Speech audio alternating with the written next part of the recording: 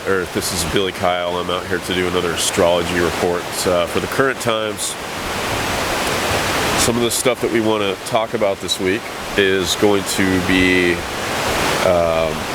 movement, change, fluidity, as we are in the Mayan 13-day period of water. I'm out here at Starvation Creek, this beautiful waterfall right up here in the stream. I wanted to get water in this report because that's what we're going to be talking about. We're going to be talking about time and space and how water relates to that. Chronos and Kairos, as the Greeks viewed time in different ways, so we'll explore that. We'll be talking about Uranus as the esoteric ruler of Libra, and a little bit about Mercury going into the sign of Libra on the 29th. So it's going to be a little bit of a theme of moving into the abyss, and it's a time of waters related to emotion. We're going to be talking about that 13-day period of water and how that kind of works. And then we're also going to be talking a little bit about Hurricane Ida that's about to hit the coast of the United States, around Louisiana, and the fact that that kind of relates to water. So let's start off with some of the aspects and kind of what the moon is doing through this 13-day period of water and what's kind of happening with the astrology. So on the 26th, the moon moved into Taurus. On the 28th, the sun in Virgo squaring the nodes, and black moon Lilith, as well as Ceres. So that's today. Today is August 28th, 2021. So the sun is squaring the nodes, black moon Lilith, and Ceres. So we'll kind of want to retouch on that in a few. On the 29th, that's tomorrow, the moon moves into Gemini, as well as Mercury moving into Libra. And then on the 31st, the moon is going to move into Cancer. And on August 2nd, Mars in Virgo is going to make an opposition to Neptune in Pisces. And that'll happen on the Mayan Day 9 quake. So let's see, talking a little bit about these, that sun squaring the nodes and black moon Lilith, as well as Ceres. Ceres represents agriculture and resources, food and sustenance. Black moon Lilith is a very powerful feminine energy that we need to consistently work with and get in touch with. It's kind of the darker aspects, the hidden aspects, or kind of the shunned aspects of the feminine that society has kind of put aside and not dealt with. And the nodes, we're talking about the nodes of the moon. And so there's karmic qualities there. And Sun in Virgo is working towards synthesizing, and it's the principle of gestation. It's sort of bringing light, shedding light to what we need right now versus what we don't need. And the Mayan 13-day period of water is it's a very good time for nurturing sustenance, and we'll get more to that in a second. So tomorrow Mercury moves into Libra. So I want to start off with the topic of Aquarius. And Aquarius is an air sign, yet it is the water bearer. So if you look at the sign of Aquarius, it's the man, the water bearer, holding the pot or the urn of water, and he's tipping it out. And so that's the representation of the waters of life. And if we think about it, air contains water in vaporous form. Air essentially is space, open space. The space contains the air. What we want to look at it is that space contains memory, which essentially is the water that's contained within that space, because water is memory. Water holds memory. There's been a lot of scientific studies about water and how it responds to emotion, how it responds to intention. You can kind of look into that. I think his name was the guy who studied water and did studies about how it changes the molecular structure, the crystallization of it, into chaotic or versus resonant or geometrical shapes and forms, and basically how it responds. They did tests with food as well, and how that kind of can contribute to either decay and decomposition versus staying sustained or nurtured and in a state of kind of a healthy state. We want to think about the idea that we are 2/3 to 1/3 water, like as far as our body mass is kind of around there. And then the earth is about 2/3 to 1/3 water. But we want to talk about the idea that water is memory. And water serves the function to hold memory. Space is the illusion that is created by time. Space is what allows us to function in our physical bodies and our physical reality. These are some of the main functions of Saturn. So Saturn has to do with time. And the traditional, Saturn is the traditional exoteric and esoteric ruler of Capricorn. So we're talking a little bit about Capricorn, initiation, the mountain. And we're also talking about the fact that Saturn is the exoteric ruler of Aquarius. So Saturn rules Aquarius as well as Capricorn exoterically on the personality level. And Saturn is a time and chronos function. And space is the byproduct of the flux of that function or time itself. So if you go, it's kind of the idea, if you go out into outer space, you'll eventually run into other planets or bodies that contain liquid, that contain water, that contain hydrogen. And so I want to talk a little bit about the difference that the Greeks had in their version of time. So there was Chronos, which was Saturn, and then there was Kairos, which is a different version of time. So Chronos is the god of the world that we are in, the physical world. So Chronos is the god of the world and time, and we are essentially the children of Chronos, the children of Saturn, right? And part of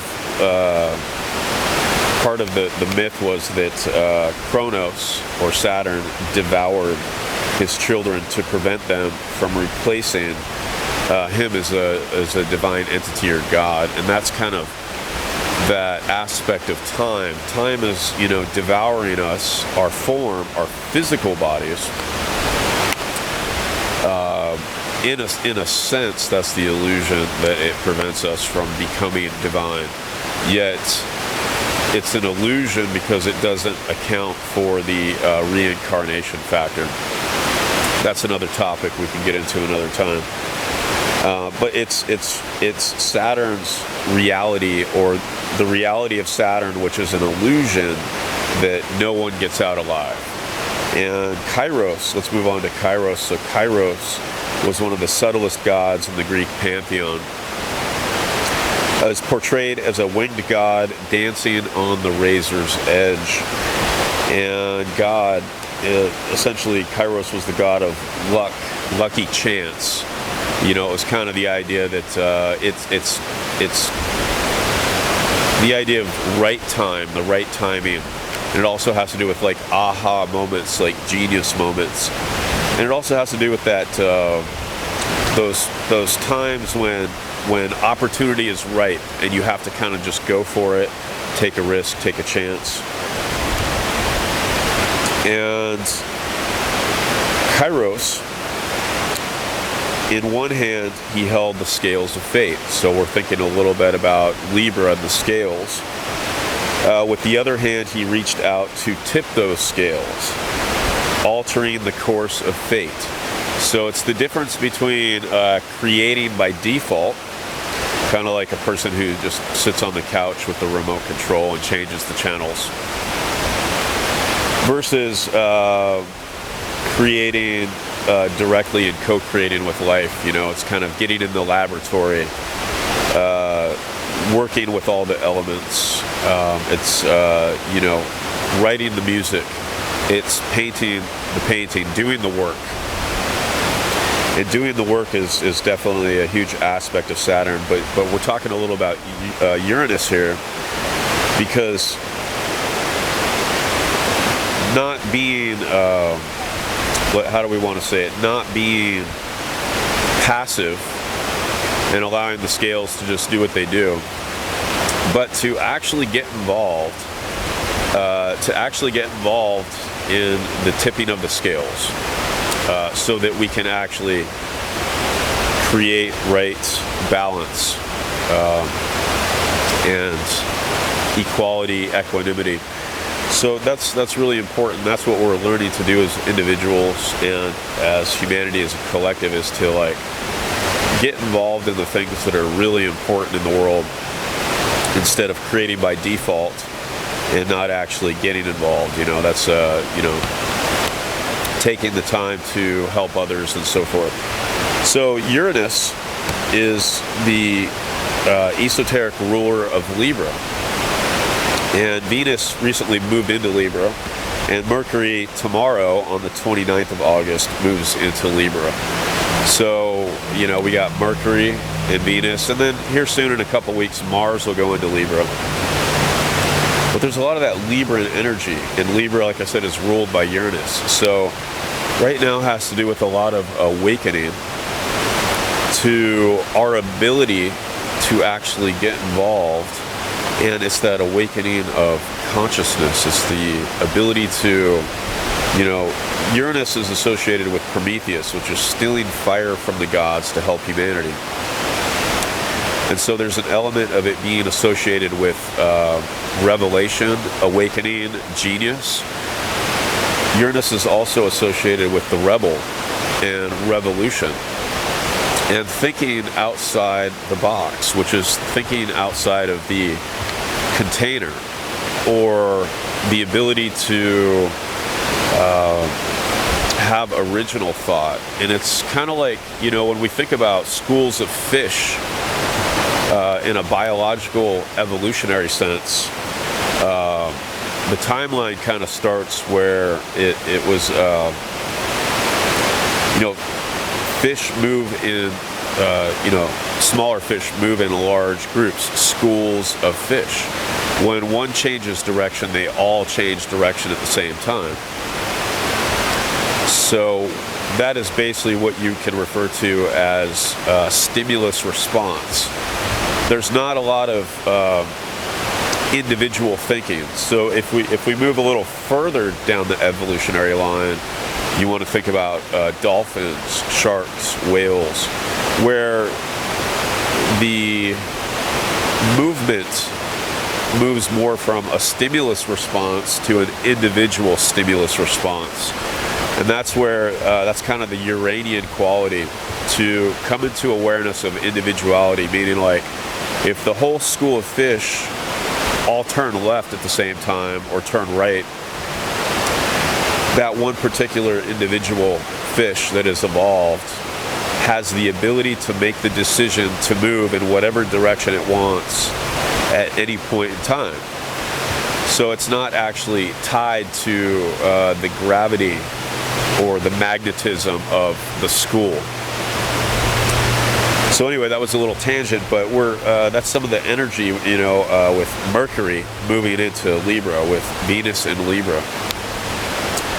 And we're going to associate that here pretty soon with the next report, with the Mayan 13-day period of wind. But for now, it's water, and it's about being open. It's about being fluid.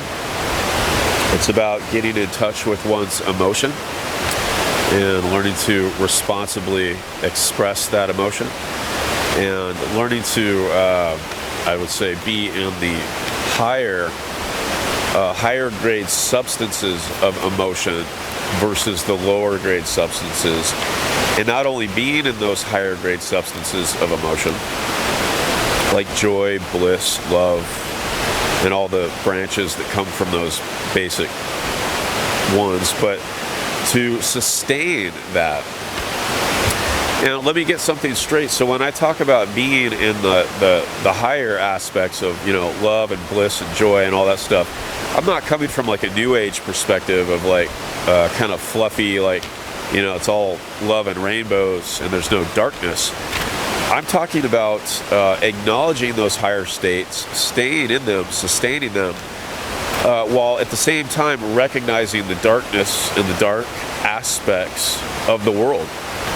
Because that's part of what we're talking about too, is the acknowledgement of the inequity, the darkness of the world, and the intentional darkness that's out there that wants to kind of hold us down and keep us from going to those higher states.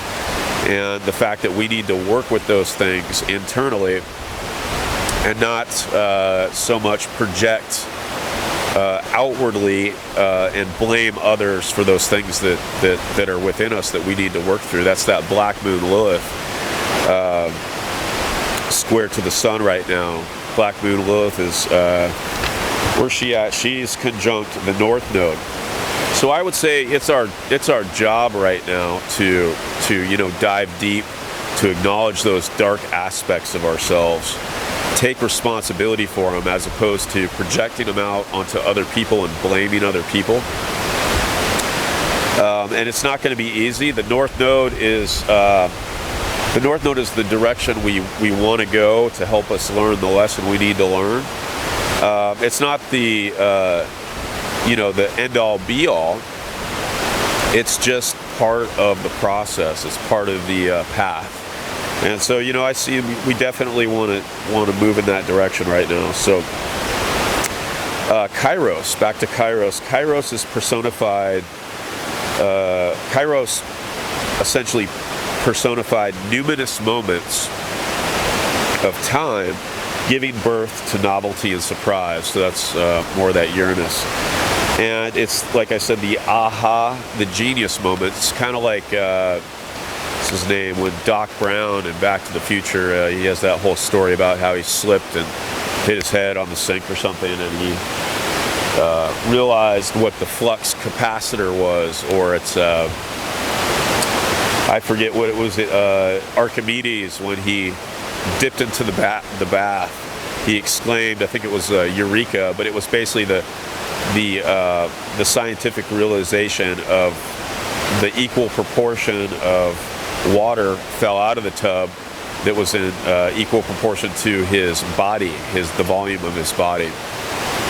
But it's those aha moments when we kind of catch things and put them together and we make those connections, the synapse in our brain, and it leads to development of new thoughts, new realizations, and revelation. So the word Kairos has its roots in archery, where it signifies a penetrable opening, an aperture, and there's a relation to weather and tempest, so storms, and I kind of think of like fog. And one of my teachers uses the analogy sometimes of when we're trying to rightly discern the correct direction that we need to go on the path, there's an association with the third eye, the eye of opening, the eye of Shiva and awakening. And that part of the process of discerning is patience and being fluid and learning. Uses the term of fog,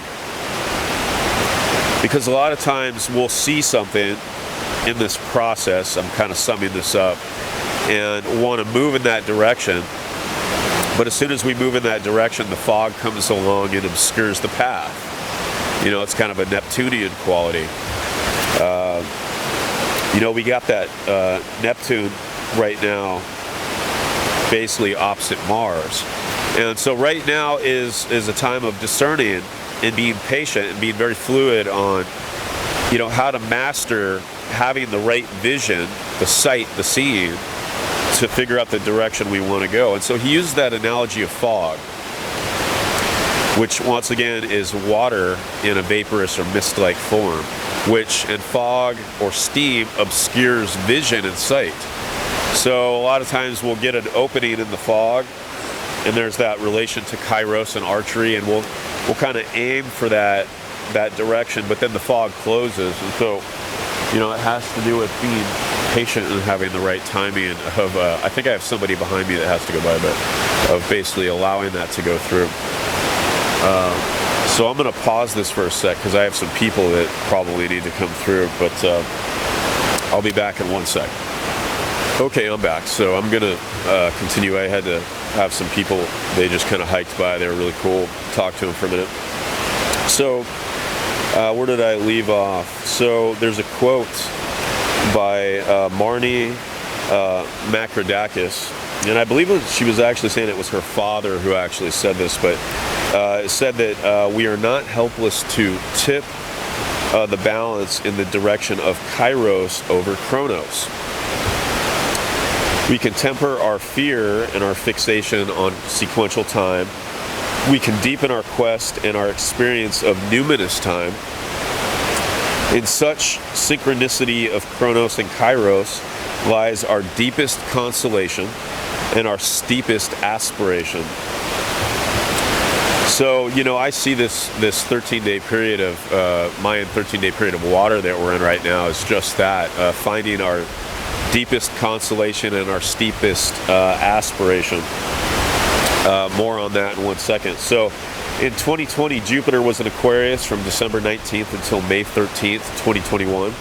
And from May 13th to July 28th, Jupiter went into Pisces. So it's kind of like we were in a submarine in 2020 with all the events that happened, and we had to kind of go into the depths.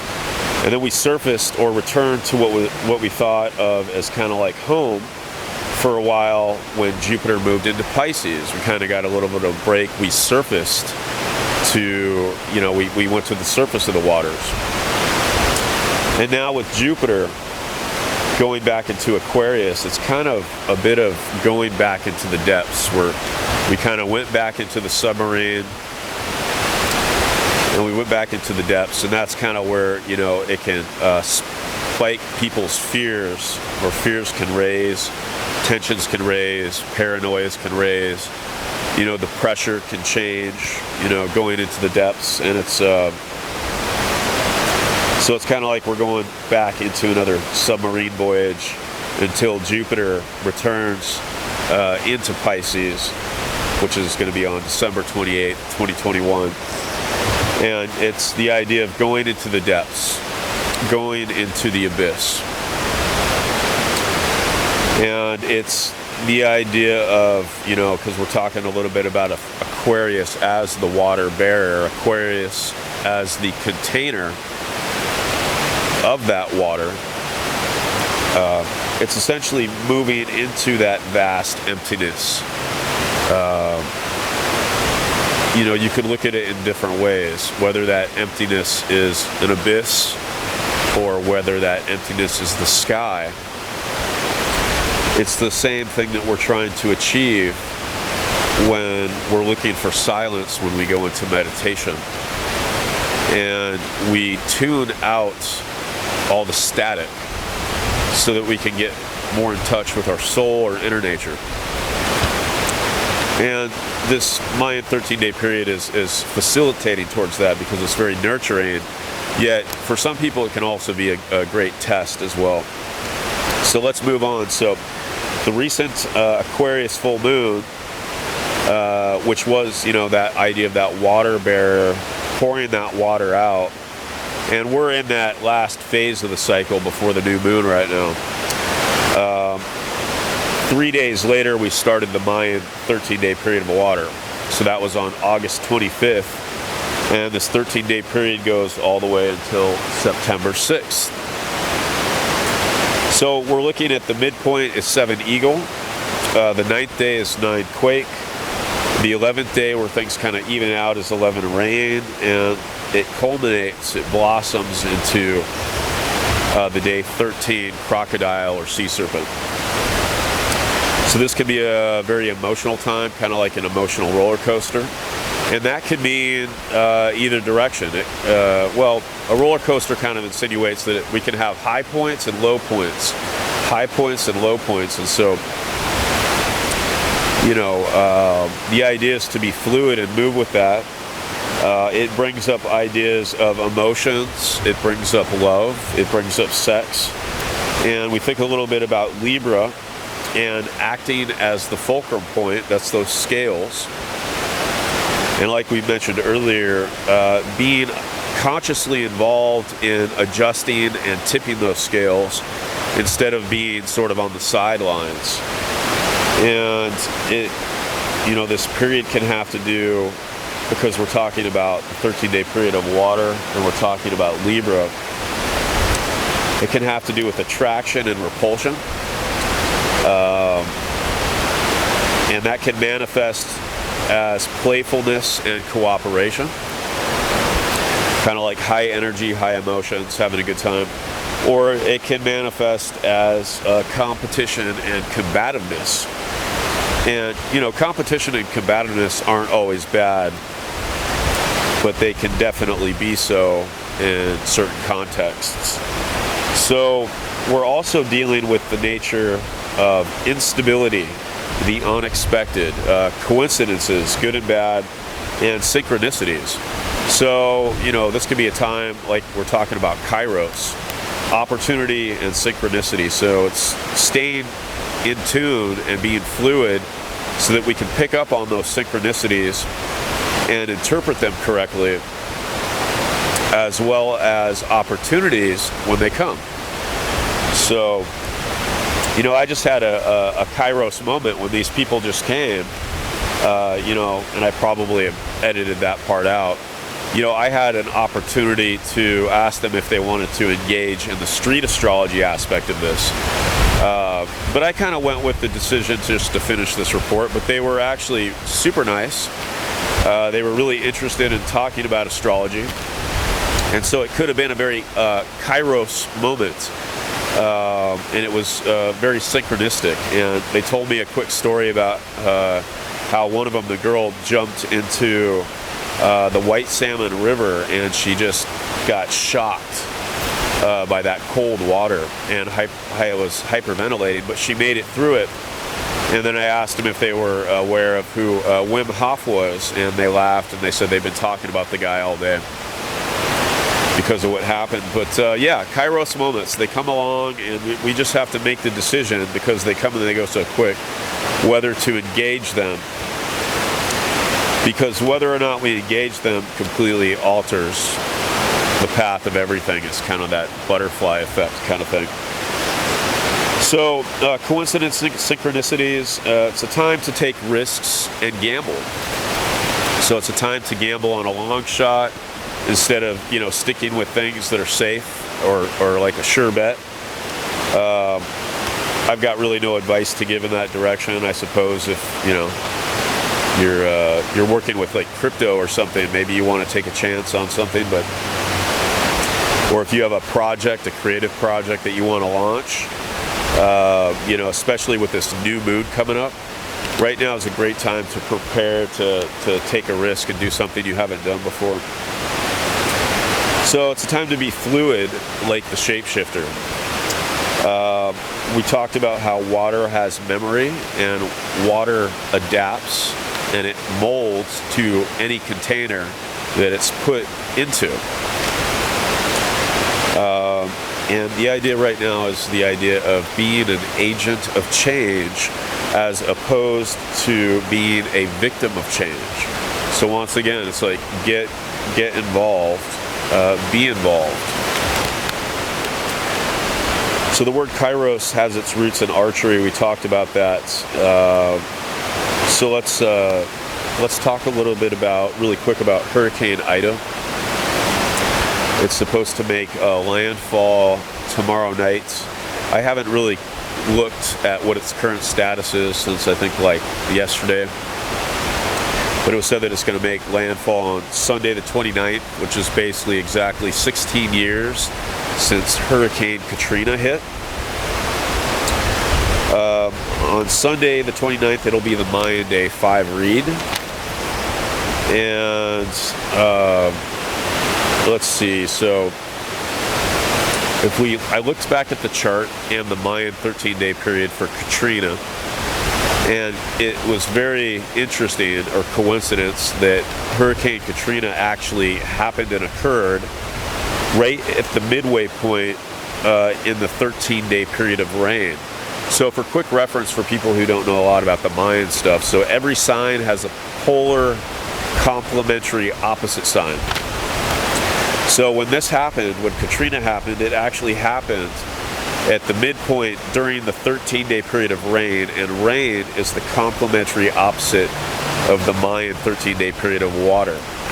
So they both have to do with water.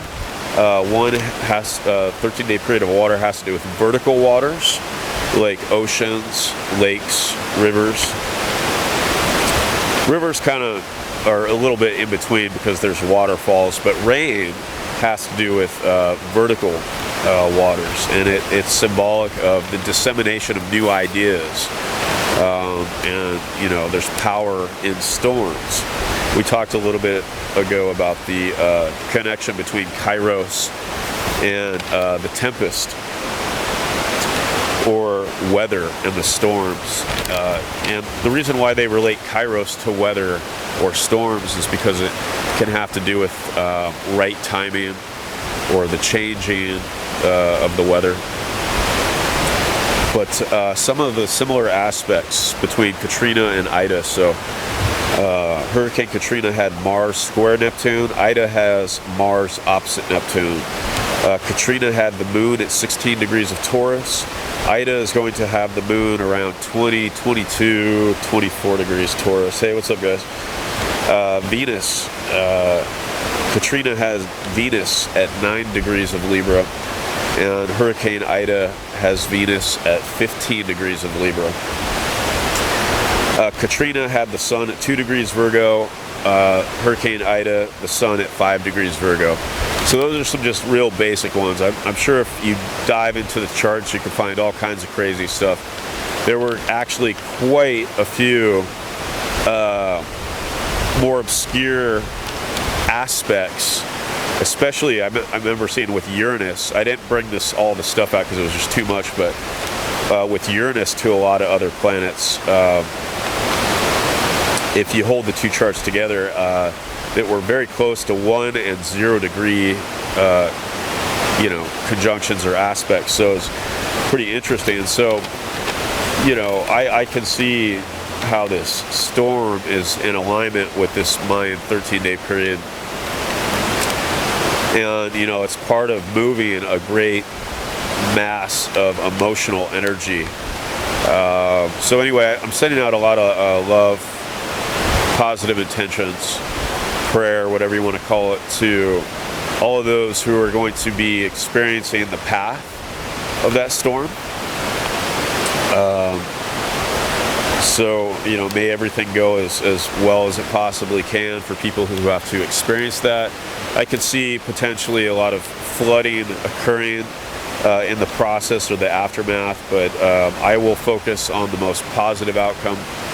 I do believe that we as humanity actually have the ability to alter weather, especially if we focus on it en masse with intention. So we could use that as an experiment. I don't have a lot of people watching my YouTube right now, but if I was like some of the other astrologers that had like 50,000, 100,000 people or whatever, I would advise to everybody to experiment with that. Sit down, meditate, whatever you want to call it, prayer, positive focus, and, you know, send positive intentions and try to picture the most positive outcome that you can, because we have the ability to alter the outcome. It's kind of like we have the ability to alter the shape of water by putting it into a different container, a container that's shaped differently than another. Anyway, this is probably good for this report. Much love to you all, and I'll talk to you soon. This is Billy Kyle. Feel free to follow the channel, subscribe, whatever, and I will be making myself available for astrological readings very soon. So take care. Bye-bye.